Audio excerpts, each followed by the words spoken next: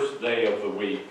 That evening, while the disciples were behind closed doors, because they were afraid of the Jewish authorities, Jesus came and stood among them.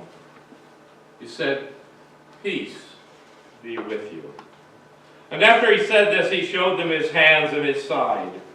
And when the disciples saw the Lord, they were filled with joy.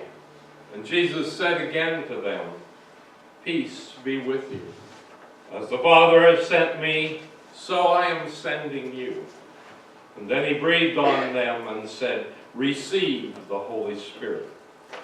If you have forgiven anyone's sins, they are forgiven. If you don't forgive them, they aren't forgiven." Thomas, the one called Didymus, one of the disciples, wasn't with the disciples when Jesus came. And the other disciples told him, "We have seen the Lord." But he replied, "Unless I see the nail marks in his hand, put my fingers in the wounds left by the nails, and put my hand into his side, I won't believe." And after 8 days, his disciples were again in a house, and Thomas was with them.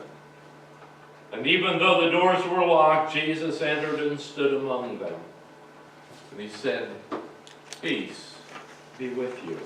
And then he said to Thomas, "Put your finger here. Look at my hands. Put your hand into my side. No more disbelief. Believe." And Thomas responded to Jesus, "My Lord and my God." And Jesus replied, "Do you believe because you have seen me? Happy are those who don't see and yet believe."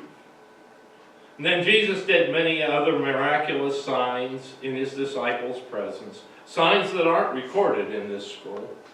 But these things are written so that you will believe that Jesus is the Christ, God's Son, and that believing you will have life in his name.